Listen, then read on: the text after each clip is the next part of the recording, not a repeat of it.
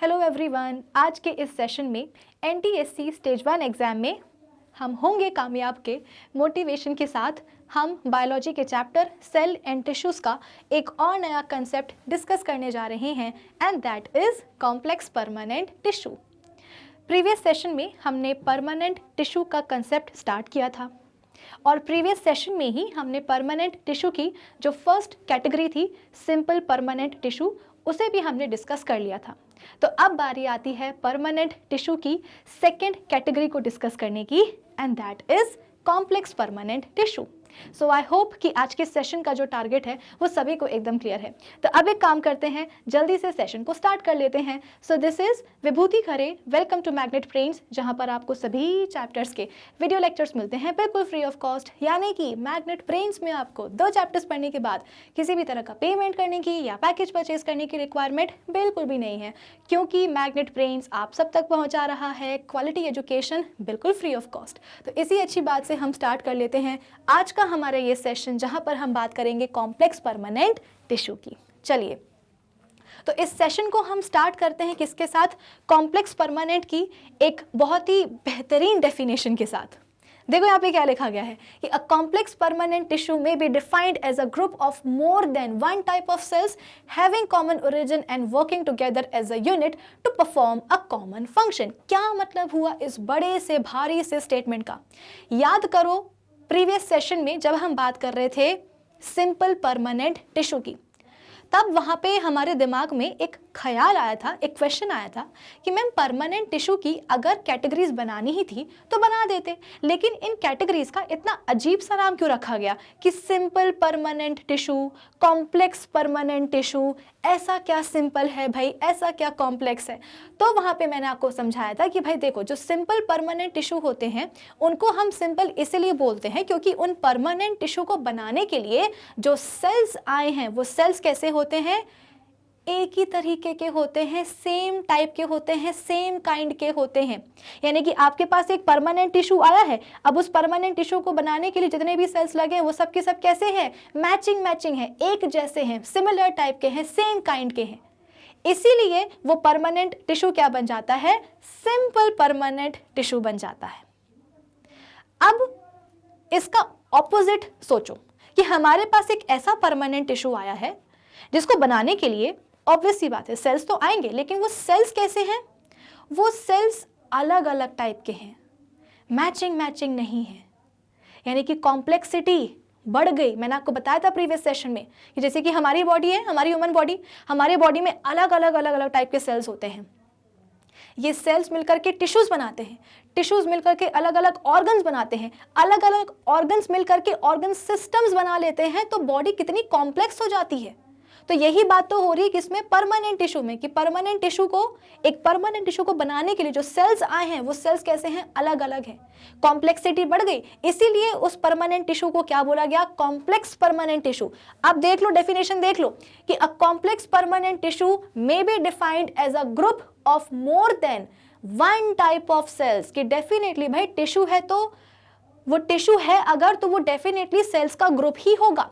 लेकिन वो सेल्स कैसे हैं? आप बोल सकते हो कि मोर देन वन टाइप के हैं, जिनका ओरिजिन जो है वो कैसा है? कॉमन है, and working together as a unit to perform a common function. की मान लिया कि अलग अलग सेल्स मिलकर के क्या कर रहे हैं? एक परमानेंट टिश्यू को बना रहे हैं। लेकिन अच्छी बात क्या होती है कि उन सभी सेल्स का जो ओरिजिन है वो एक ही होता है, प्लस वो सभी के सभी सेल्स एक यूनिट की तरह काम करते हैं। कि ऐसा नहीं है कि हम एक टिश्यू को बना रहे हैं और हम कैसे हैं? अलग अलग हैं, और हमारे फंक्शंस भी क्या होंगे? अलग अलग होंगे, तो हम एकदम अलग अलग होकर के रहेंगे। ऐसा नहीं होता। माना कि एक टिश्यू को बनाने के लिए अलग अलग टाइप के सेल्स आए हैं, लेकिन अच्छी बात क्या है कि उनका जो ओरिजिन है वो एक जैसा है, प्लस सभी के सभी सेल्स एक यूनिट की तरह काम करते हैं ताकि एक कॉमन फंक्शन परफॉर्म हो जाए। ठीक है ना? A complex permanent tissue may be defined as a group of more than one type of cells having a common origin and working together as a unit to perform a common function। कि सबका target क्या होता है? एक ही होता है, भले अलग अलग हो सेल्स। ठीक है Now, the complex tissues are mainly concerned with the transportation of water, mineral nutrients and organic solutes या food materials. अब ये जो complex tissues होते हैं इनका काम क्या होता है? They are mainly concerned with the transportation of, किस चीज़ के transportation से के लिए concerned रहते हैं? पानी, mineral, nutrients, organic solutes जैसे कि food materials. The important, यानी कि आप ये बोल सकते हो, conclusion आप ये निकाल सकते हो कि परमानेंट या कॉम्प्लेक्स परमानेंट टिश्यूज का मतलब क्या? Transportation. I repeat, complex permanent tissues का मतलब क्या? ट्रांसपोर्टेशन. कि ये जो टिश्यूज होते हैं ये they are meant for transportation. इनको किसी ना किसी चीज का ट्रांसपोर्टेशन कराना ही होता है, चाहे वो पानी हो, चाहे वो न्यूट्रिएंट्स हो, चाहे वो मिनरल्स हो, चाहे वो फूड मटेरियल्स हो, चाहे वो कुछ भी हो, बस ट्रांसपोर्टेशन कराना है, बस उससे मतलब है. Important complex tissue, the important complex tissues in vascular plants are xylem, ठीक है ना, और दूसरा क्या है? फ्लोएम. तो प्लांट्स में आप बोल सकते हो कि इंपॉर्टेंट कॉम्प्लेक्स टिश्यूज कौन कौन से हैं? Xylem and phloem. तो बेसिकली जो कॉम्प्लेक्स परमानेंट टिश्यूज है ना, उसमें हमें उनकी दो कैटेगरीज पढ़नी है, जाइलम एंड फ्लोएम की. Both xylem and phloem are together called vascular tissues. याद रखिएगा कि जाइलम एंड फ्लोएम को कलेक्टिवली हम क्या बोल सकते हैं? वेस्कुलर टिश्यूज और conducting tissues which constitute a vascular bundle, जो कि क्या मिलकर बनाते हैं? Vascular bundle. अब आप बोलोगे कि मैम ये वेस्कुलर बंडल क्या चीज होती है? अरे पहले वेस्कुलर टिश्यूज तो समझ लो, कंडक्टिंग टिश्यूज तो समझ लो, इसके बाद में हम बात करेंगे वेस्कुलर बंडल की. देखो यहाँ पे क्या लिखा गया है. सबसे पहले हम बात करते हैं जाइलम की. जाइलम आप बोल सकते हो कि ग्रीक वर्ड जाइलॉज से लिया गया है, जिसका मतलब क्या होता है? वुड, लकड़ी. is the chief conducting tissue of vascular plants responsible for conduction of water and inorganic solutes. तो बेसिकली आपको इस लंबे से स्टेटमेंट में अगर चीज़ें याद ना हो रही हूँ तो आपको बस याद रखना क्या है. जैसे कि मैंने आपको बोला कि कॉम्प्लेक्स परमानेंट टिश्यूज मतलब क्या? ट्रांसपोर्टेशन. किस चीज़ का? पानी का, मिनरल्स का, न्यूट्रिएंट्स का, ऑर्गेनिक सल्यूट्स का, फूड मटेरियल्स का. जब बात आती है जाइलम की, भाई कॉम्प्लेक्स परमानेंट टिश्यू में आपको दो तरह के टिश्यूज पढ़ने हैं, जाइलम एंड फ्लोएम. जाइलम मतलब क्या?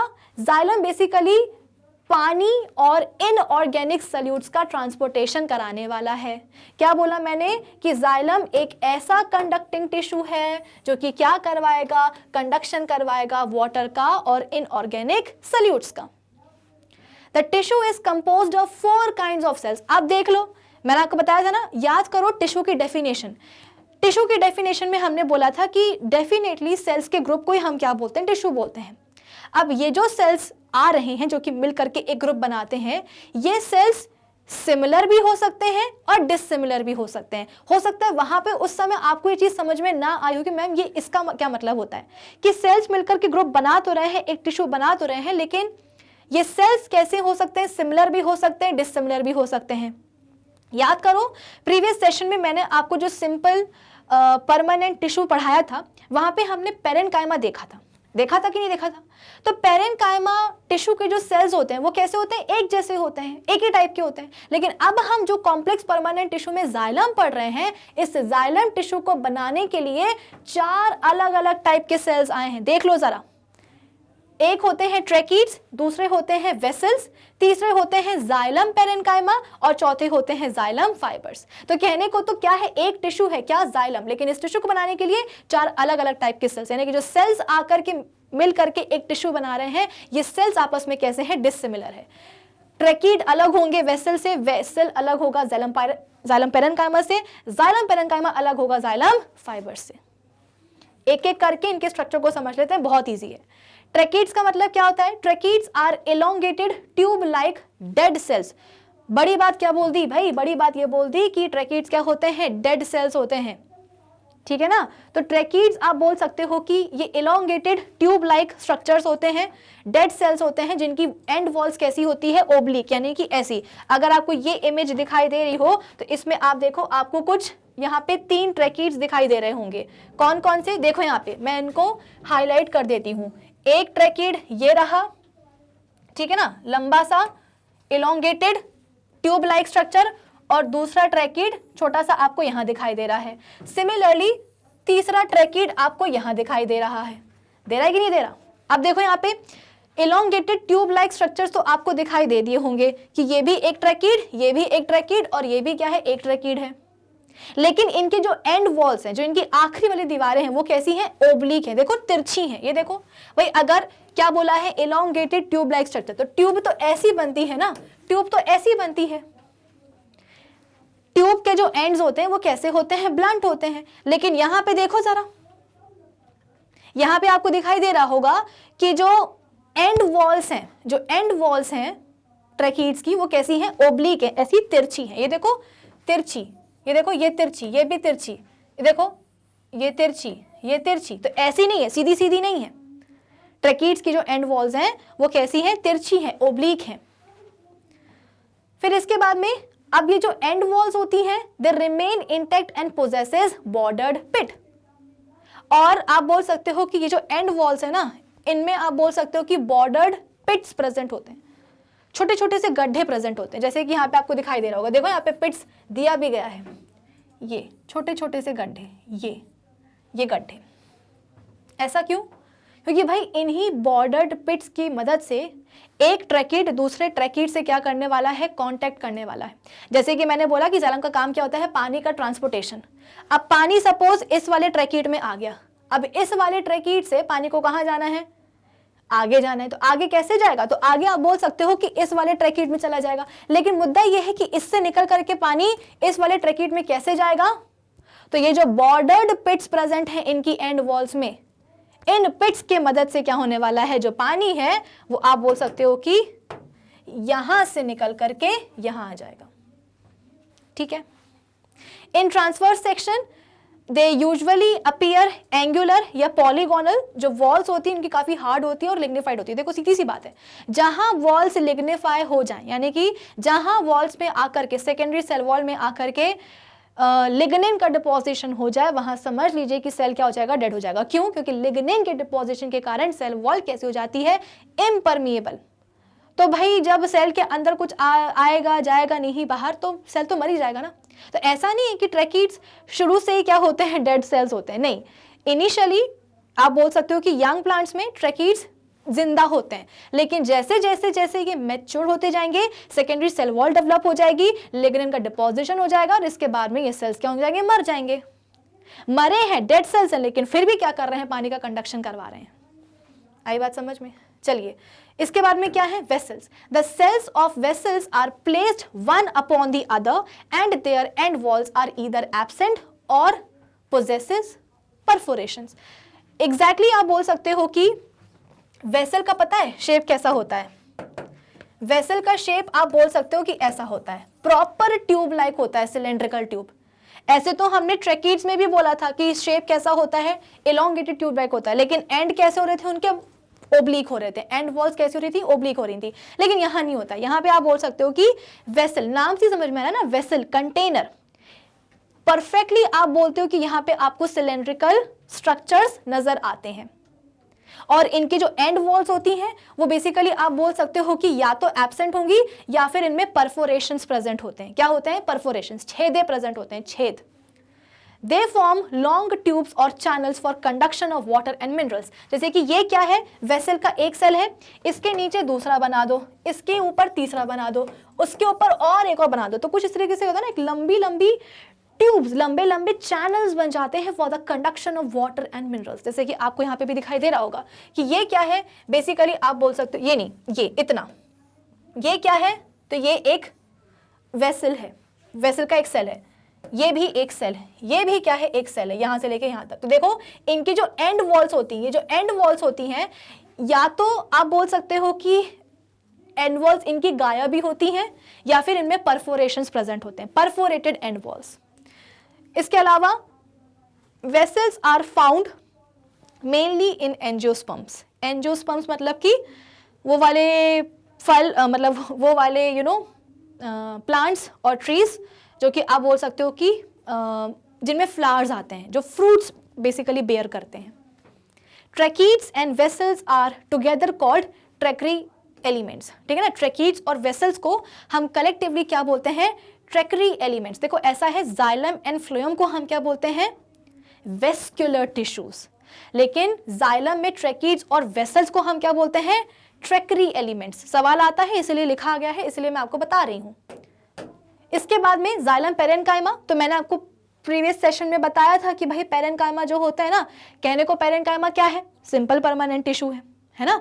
लेकिन ये parenchyma tissue, simple permanent tissue complex tissue में भी पाया जाता है, कॉम्प्लेक्स परमानेंट टिश्यू में भी पाया जाता है। देखो कहाँ? Simple parenchyma.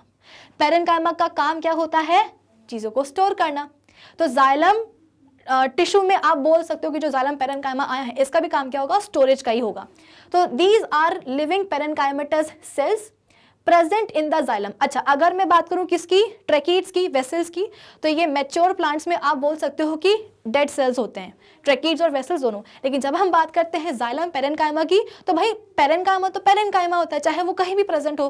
पेरेन्काइमा टिश्यू के सेल्स हमेशा लिविंग ही होते हैं, ठीक है ना। तो these living parenchymatous cells present in the xylem, they help in the lateral conduction of organic solutes and storage of food reserves। तो बेसिकली क्योंकि ये पेरेन्काइमेटस सेल्स हैं इसलिए लिविंग रहेंगे, और क्योंकि ये पेरेन्काइमेटस सेल्स हैं तो ये फूड रिजर्व्स को स्टोर करेंगे। इसके अलावा ऑर्गेनिक सॉल्यूट्स का लेटरल कंडक्शन करवाएंगे।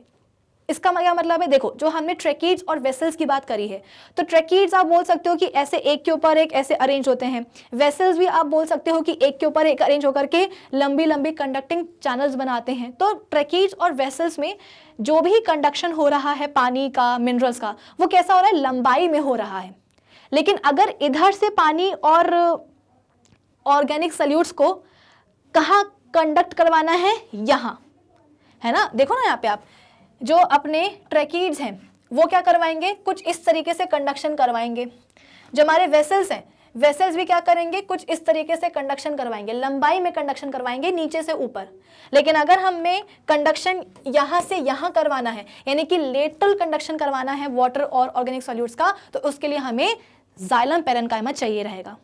इसके अलावा जाइलम फाइबर्स क्या होते हैं? तो ये लिग्निफाइड फाइबर्स होते हैं। जहां लिग्निफाइड बोल दिया, इसका मतलब क्या कि जो सेल वॉल होंगी उसमें लिग्निन का डिपोजिशन होगा, और अगर डिपोजिशन है लिग्निन का, इसका मतलब क्या कि वो सेल्स मरे रहेंगे।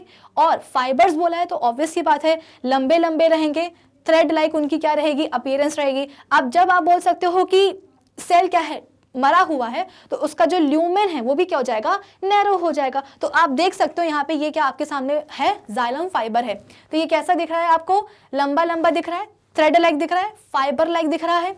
तो ये लिग्निफाइड फाइबर्स होते हैं जो कि जाइलम में प्रेजेंट होते हैं। और देखो सीधी सी बात है, नैरो, इनका जो ल्यूमेन है वो काफी नैरो है, ठीक है, डेड सेल्स हैं, तो इनका काम क्या रहेगा? तो आप बोलोगे कि मैम मैकेनिकल स्ट्रेंथ, जैसे कि हमने स्क्लेराइड्स में बात करी थी, है ना, फाइबर्स की बात करी थी, स्क्लेरेन्काइमा की बात करी थी कि भाई जो सेल्स होते हैं वो मरे ही रहते हैं, तो क्या करते हैं? मेनली वो प्लांट्स की मैकेनिकल स्ट्रेंथ के लिए रिस्पॉन्सिबल होते हैं। तो यहाँ पे भी जो जाइलम फाइबर्स हैं वो बेसिकली आप बोल सकते हो कि मैकेनिकल स्ट्रेंथ के लिए रिस्पॉन्सिबल होते हैं प्लांट्स की, और डेड सेल्स होते हैं, लिग्निफाइड सेल्स होते हैं, ठीक है।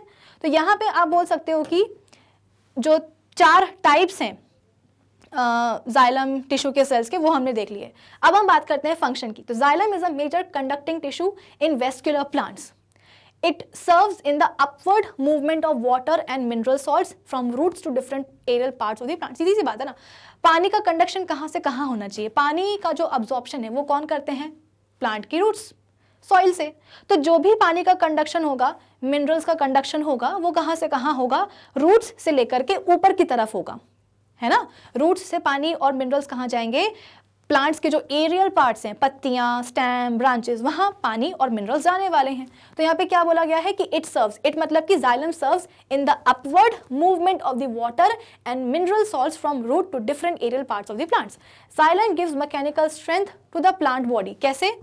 तो भाई देखो, इतनी लंबी लंबी ट्यूब्स बन रही हैं, चैनल्स बन रहे हैं, है ना, तो प्लांट को सहारा तो मिलेगा ना इन चैनल्स से। इनफैक्ट जाइलम में फाइबर्स भी होते हैं, तो ये फाइबर्स क्या करेंगे? मैकेनिकल स्ट्रेंथ प्रोवाइड करेंगे प्लांट बॉडी को, और क्या। फिर इसके बाद में अब हम बात करते हैं नेक्स्ट वेस्कुलर टिश्यू की, जो कि है phloem. Phloem is the chief food conducting tissue. अगर जाइलम का काम है पानी और मिनरल्स का कंडक्शन, तो फ्लोएम का काम क्या है? फूड का कंडक्शन। ठीक है, तो phloem is the chief food conducting tissue of vascular plants. It is regarded as living conducting tissue. जैसे कि हमने जाइलम में देखा कि जाइलम में आप बोल सकते हो कि जो जाइलम पेरेन्काइमा है वो जिंदा है, बाकी फाइबर्स मर जाते हैं। ट्रेकीज और वेसल्स भी आप बोल सकते हो कि एट मैच्योरिटी मरी जाते हैं। लेकिन जब हम बात करते हैं फ्लोएम की, so it is regarded as living conducting tissue responsible for the translocation of organic solute. देखो, ऑर्गेनिक सोल्यूट्स का मतलब आप बोल सकते हो कि क्या है, फूड ही है। पानी का होता है ट्रांसपोर्टेशन और फूड का होता है ट्रांसलोकेशन। पानी फूड का जो ट्रांसपोर्टेशन है ना, उसका आप बोल सकते हो कि एक नया नाम होता है, एक और नाम होता है क्या, ट्रांसलोकेशन। हम फूड के ट्रांसपोर्टेशन को नहीं बोलते, हम फूड का ट्रांसलोकेशन बोलते हैं, ठीक है ना। तो ऑर्गेनिक सॉल्यूट्स मतलब कि फूड का ट्रांसलोकेशन कौन करवाता है, तो लिविंग कंडक्टिंग टिश्यू आप बोल सकते हो कि फ्लोएम। एक बार ये सवाल आया है कि what is the living conducting tissue, तो कंडक्टिंग टिश्यू के नाम से आपके दिमाग में क्या आने चाहिए, जाइलम एंड फ्लोएम। और जहां ये वर्ड जुड़ गया क्या, लिविंग, तो तुरंत समझ जाइए वहां पे फ्लोएम की बात हो रही है। The phloem is composed of again 4 elements. जैसे कि जाइलम टिश्यू बना होता है 4 एलिमेंट्स से, वैसे ही फ्लोएम टिश्यू भी बना होता है 4 टाइप के एलिमेंट्स से। कौन कौन से, sieve tubes, companion cells, phloem parenchyma and phloem fibres. ठीक है, चलिए सीव ट्यूब्स की अगर हम बात करें तो ये लॉन्ग, अरे नाम से समझ में आ रहा है ना, ट्यूब्स मतलब कि लॉन्ग ट्यूब्यूलर स्ट्रक्चर्स होते हैं जो कि बने होते हैं कैसे, composed of elongated सीव tube elements placed one above the other forming a continuous tube. ठीक है ना, तो सीव ट्यूब्स के लिए हम बोलते हैं कि ये लॉन्ग ट्यूब्यूलर स्ट्रक्चर्स होते हैं। कौन, हम बात कर रहे हैं सीव ट्यूब्स की, तो सीव ट्यूब्स आप बोल सकते हो कि लॉन्ग ट्यूब्यूलर स्ट्रक्चर्स होते हैं। कैसे बने होते हैं, तो एलोंगेटेड सीव ट्यूब एलिमेंट्स के, है ना, ऐसी ट्यूब्स होती हैं। देखो ऐसी आप बोल सकते हो कि ट्यूब्स होती हैं, ये ट्यूब्स, तो एलोंगेटेड सीव ट्यूब एलिमेंट्स हैं जो कि एक दूसरे के ऊपर ऐसे रखे रहते हैं। जैसे कि ये एक एलिमेंट है ना, ये एक एलिमेंट आपको दिखाई दे रहा होगा, ये आपको दूसरा एलिमेंट दिखाई दे रहा होगा, इसके ऊपर आपको एक और सीव ट्यूब एलिमेंट मिलेगा। ठीक है, तो बेसिकली एलोंगेटेड सीव ट्यूब एलिमेंट्स होते हैं। ये एलोंगेटेड सीव ट्यूब एलिमेंट्स एक दूसरे के ऊपर ऐसे रखे रहते हैं और ऐसे रखते रखते रखते क्या हो जाता है, लॉन्ग ट्यूब्यूलर स्ट्रक्चर्स बन जाते हैं जिन्हें हम बोलते हैं सीव ट्यूब्स। तो हमेशा ध्यान रखना कि जो सीव ट्यूब्स है वो बने होते हैं किसके, सीव ट्यूब एलिमेंट्स के। सीव ट्यूब्स बने होते हैं सीव ट्यूब्स एलिमेंट के। ये बेसिकली एलोंगेटेड, जो सीव ट्यूब एलिमेंट्स है वो बेसिकली एलोंगेटेड स्ट्रक्चर्स होते हैं, ट्यूब लाइक होते हैं, एक के ऊपर एक रखे रहते हैं और लंबी लंबी ट्यूब्स बनाते हैं। इन लंबी लंबी ट्यूब्स को ही हम क्या बोलते हैं, सीव ट्यूब्स बोलते हैं। The end walls of sieve tube elements are called sieve plates. और इन सीव ट्यूब एलिमेंट्स की जो एंड वॉल्स होती हैं उन्हें हम क्या बोलते हैं, sieve plate. The sieve plates are perforated by numerous pores. एक बार बताओ, सीव का मतलब क्या होता है, छन्नी। तो इनका नाम हम सीव ट्यूब्स क्यों रख रहे हैं, सीव ट्यूब एलिमेंट्स क्यों रख रहे हैं, क्योंकि इन सीव ट्यूब एलिमेंट्स की जो एंड वॉल्स होती हैं वो एंड वॉल्स परफोरेटेड होती हैं। जैसे कि छन्नी होती है ना, छन्नी की ही तरह सीव ट्यूब एलिमेंट्स की एंड वॉल्स होती हैं। इसीलिए क्योंकि एंड वॉल्स परफोरेटेड है, एंड वॉल्स में देखो जैसे आपको दिखाई दे रहा होगा, ये क्या है, एक एंड वॉल है। तो एंड वॉल में आपको बहुत सारे न्यूमरस पोर्स दिखाई दे रहे होंगे। तो क्योंकि एंड वॉल्स में क्या है, न्यूमरस पोर्स हैं, परफोरेटेड है, सीव जैसी, छन्नी जैसी दिखाई दे रही है, इसीलिए इन सीव ट्यूब एलिमेंट्स का नाम क्या पड़ जाता है, सीव ट्यूब एलिमेंट्स। और जब ये सीव ट्यूब एलिमेंट्स एक के ऊपर एक अरेंज हो जाते हैं, लंबी लंबी आप बोल सकते हो कि ट्यूब्यूलर स्ट्रक्चर्स फॉर्म कर लेते हैं, तो इन ट्यूब्यूलर स्ट्रक्चर्स को ही हम क्या बोलते हैं, सीव ट्यूब्स बोलते हैं। तो हमेशा ध्यान रखिएगा, सीव ट्यूब बनी होती हैं सीव ट्यूब एलिमेंट्स से। ये सीव ट्यूब एलिमेंट्स एलोंगेटेड स्ट्रक्चर्स होते हैं जिनकी एंड वॉल्स परफोरेटेड होती हैं, छन्नी की तरह, सीव की तरह, और इनकी एंड वॉल्स को ही हम क्या बोलते हैं, सीव प्लेट्स बोलते हैं। और ये सभी की सभी जो सीव ट्यूब एलिमेंट्स हैं वो एक के ऊपर एक ऐसे अरेंज हो जाती हैं और लंबे लंबे ट्यूब्यूलर स्ट्रक्चर्स बनते हैं, और इन्हीं ट्यूब्यूलर स्ट्रक्चर्स को हम क्या बोलते हैं? Sieve tubes. Each matured sieve tube element has a thin और thick cellulose wall surrounding a highly albuminous and viscous contents. तो बेसिकली हर एक मैच्योर जो सीव ट्यूब एलिमेंट है, जैसे कि ये क्या है, एक सीव ट्यूब एलिमेंट है, ये दूसरा एलिमेंट है, ये तीसरा एलिमेंट है ना। तो हर एक सीव ट्यूब एलिमेंट जो होता है उसकी थिन या थिक सेल वॉल होती है, सेलुलोज की बनी हुई, जो कि क्या सराउंड करती है वो cell wall? Highly albuminous and viscous contents. Cytoplasm occur in the form of thin lining enclosing a big central vacuole। अब भाई देखो क्या बोला जा रहा है, सीधी सी बात है ना, सीव ट्यूब एलिमेंट्स का काम क्या है? खाने का कंडक्शन करवाना। तो जगह तो होनी चाहिए ना, जगह कैसे बनेगी कि जो साइटोप्लाज्म होगा ना वो एकदम थिन लाइनिंग बना देगा, enclosing a big central vacuole. जो न्यूक्लियस है, प्लास्टिड्स हैं, माइटोकॉन्ड्रिया हैं, एंडोप्लाज्मिक रेटिकुलम है एंड डिक्टायोसोम्स आर एब्सेंट। बहुत बड़ी बात बोलती है क्या कि जो मैच्योर सीव ट्यूब एलिमेंट्स होते हैं ना उनमें न्यूक्लियस, प्लास्टिड्स, माइटोकॉन्ड्रिया, ईआर, डिक्टायोसोम्स ये सब क्या होते हैं? एब्सेंट होते हैं। अब आप बोलोगे कि मैम अगर ये सब चीजें एब्सेंट हो गई तो फिर जो हमारे सीव ट्यूब एलिमेंट्स हैं वो मर नहीं जाएंगे? नहीं, मरते नहीं हैं। क्यों? क्योंकि उनको ना सपोर्ट करने वाले, उनको ना एनकरेज करने वाले उनके दोस्त प्रेजेंट होते हैं, मतलब कि कंपेनियन प्रेजेंट होते हैं, और इन कंपेनियन को हम क्या बोलते हैं? Companion cells. तो कहने को तो क्या हुआ कि जो एक मैच्योर, मतलब जो मैच्योर सीव ट्यूब एलिमेंट्स होते हैं, थिक और थिन सेल वॉल होती है जो कि हाईली एल्ब्यूमिनस और विस्कस फ्लूइड को कंटेंट्स को सराउंड करती है। इसके अलावा साइटोप्लाज्म जो है एकदम थिन लाइनिंग में प्रेजेंट होता है, enclosing a big central vacuole. Maturity पे आप बोल सकते हो कि जो सीव ट्यूब एलिमेंट्स हैं वो अपने nucleus, mitochondria, Golgi body, dictyosomes, ER सब कुछ लूज कर देते हैं। तो उनकी मदद कौन करते हैं फिर? Companion cells. सीव ट्यूब्स, अगर आपने ये डायग्राम ध्यान से देखा हो तो देखो सीव ट्यूब एलिमेंट्स के साथ में हमने ये वाले सेल्स भी बनाए हैं। क्या जरूरत पड़ गई इनको बनाने की? क्योंकि ये हमेशा ही सीव ट्यूब एलिमेंट्स के साथ रहते हैं। इन्हें हम क्या बोलते हैं? Companion cell. देखो ये क्या है? कंपेनियन सेल है। इनके बिना सीव ट्यूब एलिमेंट्स का काम नहीं हो सकता, वो जिंदा नहीं रह सकते। These are living cells usually always associated with the sieve tubes. The sieve tube elements and companion cells arise from the same initial cell and therefore form a single functional unit. क्या बोला कि generally usually आप बोल सकते हो कि जो companion cells हैं वो सीव ट्यूब एलिमेंट्स के साथ में जुड़े ही रहते हैं।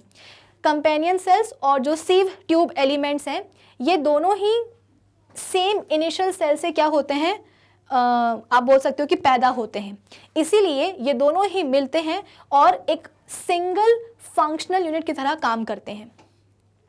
ईच कंपेनियन सेल क्या है? एक लिविंग सेल है जिसकी सेल वॉल आप बोल सकती हो कि कैसी होती है? थिन होती है। ऑब्वियस सी बात है सेलुलोज की बनी होगी। और इनका जो प्रोटोप्लास्ट है वो एक्टिव होता है। प्रोटोप्लास्ट मतलब कि cell without cell wall. Cell की अगर हम सेल वॉल हटा दें, यानी कि उसको अगर हम थोड़ी देर के लिए एक्सक्लूड कर दें, तो बिना सेल वॉल का जो सेल होता है उसको हम प्रोटोप्लास्ट ही कहते हैं। तो इनका जो कंपेनियन सेल का जो प्रोटोप्लास्ट होता है वो बहुत ही एक्टिव होता है। क्यों? अरे भाई कंपेनियन सेल को ना सिर्फ अपनी जिंदगी जीनी है बल्कि जो उनके बेस्ट फ्रेंड्स हैं सीव ट्यूब एलिमेंट्स, उनको भी तो सहारा देना है ना। क्योंकि वो तो क्या करते हैं? मैच्योरिटी पे आकर के सीव ट्यूब एलिमेंट्स अपना न्यूक्लियस, डिक्टायोसोम्स, ईआर सब कुछ खो देते हैं। तो उनको सहारा देने के लिए, उनको सपोर्ट करने के लिए जो सेल्स हैं कंपेनियन सेल्स, उन सेल्स के पास खुद के पास तो कुछ ना कुछ होना चाहिए ना, तब जाकर के तो वो क्या करेंगे? किसी को सहारा दे पाएंगे। तो उनकी सेल वॉल बनी होती सेलुलोज की, थिन होती है, और जो प्रोटोप्लास्ट है वो काफी एक्टिव होता है। It possesses all the important cellular contents such as nucleus, mitochondria, ER etcetera. The common wall between the sieve tube and the companion cell shows the presence of fine pits which are traversed by plasmodesmata. क्या बोला गया है कि जो common walls होती हैं sieve tube और companion cells की, वहां पे क्या प्रेजेंट होते हैं? फाइन पिट्स प्रेजेंट होते हैं। भाई छेद प्रेजेंट होंगे, गड्ढे प्रेजेंट होंगे, तब जाकर के तो जो ना चीज़ों का आदान प्रदान होगा। और आप बोल सकते हो कि जो सीव ट्यूब एलिमेंट्स हैं वो कंपेनियन सेल्स की वजह से क्या रह पाएंगे? जिंदा रह पाएंगे। आई होप इतना सबको समझ में आया हो। फिर इसके बाद में तीसरे टाइप के एलिमेंट्स आते हैं phloem parenchyma. The living parenchymatous cells present in the phloem are called phloem parenchyma. काम क्या होगा? अगेन वही स्टोरेज का।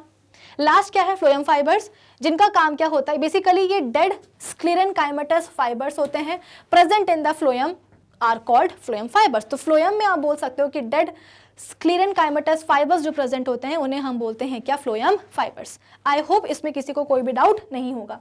तो कुल मिलाकर के आपके सामने फ्लोएम की जो कहानी है वो हो चुकी है क्या? समाप्त।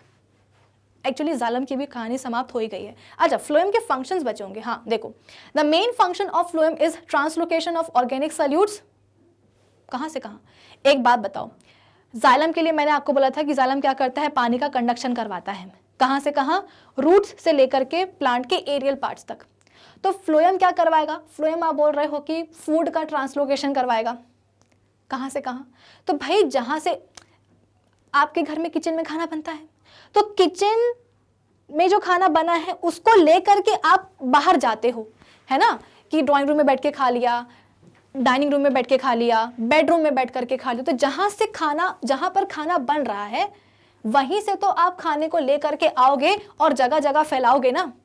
तो प्लांट्स में खाना कहाँ बनता है?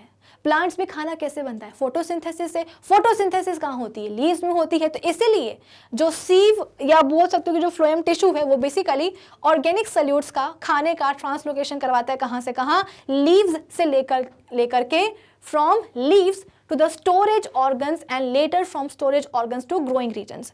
कि खाना बन गया है किचन में, लीव्स में, वहां से जो है फूड का ट्रांसलोकेशन करवाया जाएगा कहाँ? स्टोरेज ऑर्गन्स तक, और फिर बाद में जाकर के स्टोरेज ऑर्गन्स से ग्रोइंग रीजन्स तक। This is achieved by their special anatomical features. The sieve tubes allow free diffusion of organic solute substances across the sieve plates due to presence of a large number of sieve pores। क्या बोला गया कि ये जो आप बोल रहे हो कि ट्रांसलोकेशन हो रहा है ना ऑर्गेनिक सॉल्यूट्स का, ये कैसे हो रहा है? This is achieved by their special anatomical features.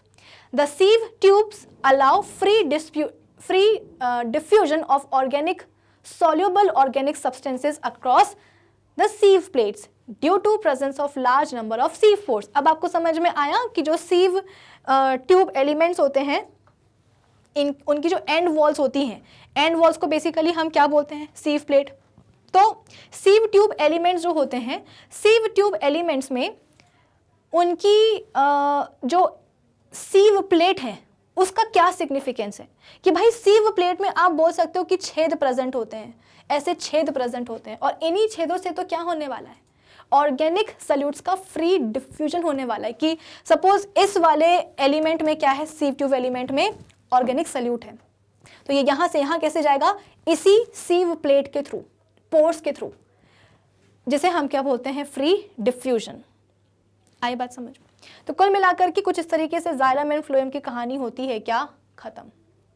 I hope आज के सेशन की सभी कहानी, मतलब पूरी कहानी सबको समझ में आई होंगी। बेसिकली आज हमने बात करी है कॉम्प्लेक्स परमानेंट टिश्यू की। इन्हें हम कॉम्प्लेक्स क्यों बोलते हैं टिश्यू को? क्योंकि इन टिश्यू को बनाने के लिए, इन परमानेंट टिश्यू को बनाने के लिए जो सेल्स आते हैं वो अलग अलग टाइप के होते हैं।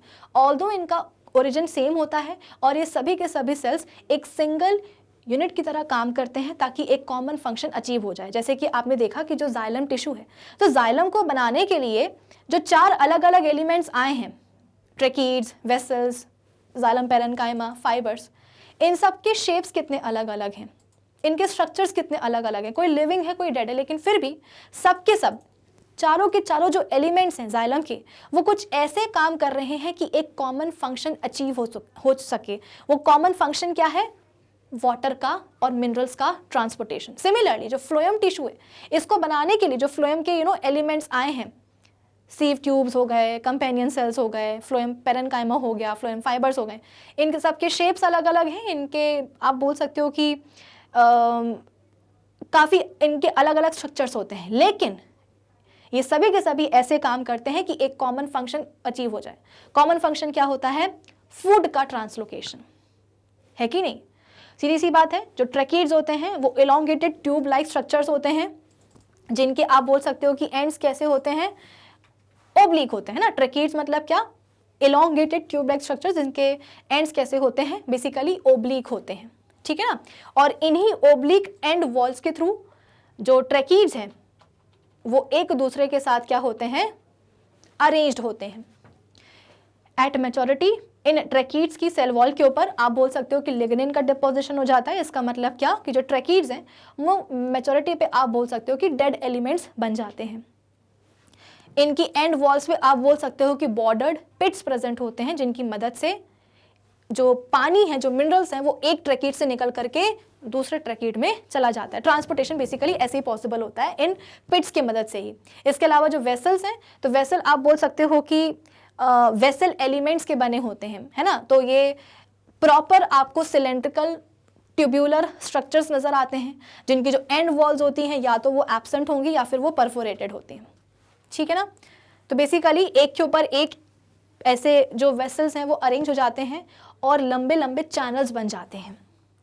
Xylem parenchyma along with the storage, पहली बात तो ये लिविंग होता है ना, लिविंग सेल्स होते हैं जाइलम टिश्यू के, और आप बोल सकते हो कि along with the storage of food reserves lateral conduction जो होता है ऑर्गेनिक सल्यूट्स का, ये वो भी करवाते हैं। फिर इसके बाद में जाइलम फाइबर्स का काम क्या होता है, तो ये आप बोल सकते हो कि मैकेनिकल स्ट्रेंथ के लिए बने होते हैं क्योंकि लिग्निन का डिपोजिशन हो चुका रहता है लिग्निन का, जिसके कारण ये फाइबर्स जो होते हैं वो डेड फाइबर्स होते हैं। तो ऑब्वियसली बात है मैकेनिकल स्ट्रेंथ ही प्रोवाइड करेंगे और क्या ही कर लेंगे। फिर इसके बाद में फ्लोएम के बारे में मैंने आपको बताया कि 4 टाइप के एलिमेंट्स के बने होते हैं। ध्यान दीजिएगा कि जो सीव ट्यूब्स हैं वो सीव ट्यूब एलिमेंट्स की बनी होती हैं। ये एक सीव ट्यूब एलिमेंट है, ये दूसरा, ये तीसरा, है ना। तो हर एक सीव ट्यूब जो है वो सीव ट्यूब एलिमेंट्स की बनी होती है। ये एलिमेंट्स आप बोल सकते हो कि typically cylindrical tube like structures होते हैं जिनकी जो एंड वॉल होती है वो परफोरेटेड होती है, और इन एंड वॉल्स को हम क्या बोलते हैं, सीव प्लेट्स बोलते हैं, ठीक है। और यही सीव ट्यूब एलिमेंट्स एक दूसरे के ऊपर ऐसे अरेंज हो जाते हैं और लॉन्ग ट्यूब्यूल्स या बोल सकते हो कि ट्यूब्स ये लोग बना लेते हैं। तो इन्हीं ट्यूब्यूलर स्ट्रक्चर्स को हम क्या बोलते हैं, सीव ट्यूब्स, ठीक है। फिर इसके बाद में मैच्योरिटी पे आप बोल सकते हो कि जो ये सीव ट्यूब्स एलिमेंट्स होते हैं ये अपने न्यूक्लियस, अपना माइटोकॉन्ड्रिया, और आप बोल सकते हो कि ईआर, डिक्टायोसोम्स, ये सब कुछ खो देते हैं। तो ये जिंदा किसकी बदौलत रहते हैं, अपने साथ ही कंपेनियन सेल्स की बदौलत। Companion cells and सीव tube elements ये सेम इनिशियल सेल से ही जो है ना आते हैं, ओरिजिन होते हैं, और आप बोल सकते हो कि जुड़वा बहने हैं एक तरह से, क्योंकि जिस सेल से ये आए हैं वो सेल क्या होता है, सेम ही होता है, ठीक है। तो आप बोल सकते हो कि हालांकि सेम सेल से ये ओरिजिनेट होते हैं लेकिन इनके फंक्शंस अलग अलग होते हैं, लेकिन आप बोल सकते हो कि एक सिंगल फंक्शनल यूनिट की तरह काम करते हैं ये, कि कंपेनियन सेल्स और सीव ट्यूब एलिमेंट्स के बीच में जो उनकी कॉमन वॉल होती है वो कैसी होती है, परफोरेटेड होती है ना। उसमें पोर्स प्रेजेंट होते हैं, पिट्स प्रेजेंट होते हैं, ताकि आप बोल सकते हो कि चीज़ों का आदान प्रदान हो सके। फिर इसके बाद में फ्लोएम पेरेन्काइमा लिविंग सेल्स होते हैं, they are meant for storage, और फ्लोएम फाइबर्स आप बोल सकते हो कि स्क्लेरेनकाइमेटस फाइबर्स होते हैं, ये बेसिकली मैकेनिकल सपोर्ट ही प्रोवाइड करेंगे। तो भाई आज के सेशन के लिए इतना ही, समराइज भी कर लिया हम लोगों ने। अब हम मिलेंगे अपने अगले सेशन में, और अगले सेशन में मिल करके हम एनिमल टिश्यूज़ को मोस्ट प्रोबेबली हम स्टार्ट करेंगे। तब तक आप क्या करोगे, आप विजिट करोगे हमारी ऑफिशियल वेबसाइट। कैसे, गूगल पे जाके टाइप करना magnetbrains.com, जैसे टाइप करके सर्च करोगे आपके सामने खुल जाएगी हमारी ऑफिशियल वेबसाइट। जैसे ही आप हमारी ऑफिशियल वेबसाइट विजिट करोगे आपके सामने आएगा ये वाला पेज जहाँ पे लिखा रहेगा India's number 1 100% free online education platform, जहाँ पर आपके पास क्लास 12 से लेकर के किंडरगार्टन तक के सभी कोर्सेज होते हैं अवेलेबल। अब यहाँ पे आपको एक्सप्लोर टॉप कोर्सेज के ऑप्शन में NTSC ऐसा चमकता हुआ नजर आएगा। बेसिकली मैं आपको ये बता रही हूँ कि आप हमारी ऑफिशियल वेबसाइट से कैसे NTSC के वीडियोस को एक्सेस कर सकते हो। तो जैसे ही आप NTSC के ऑप्शन पे क्लिक करोगे आपके सामने NTSC के ये सारे सब्जेक्ट्स अवेलेबल हो जाएंगे।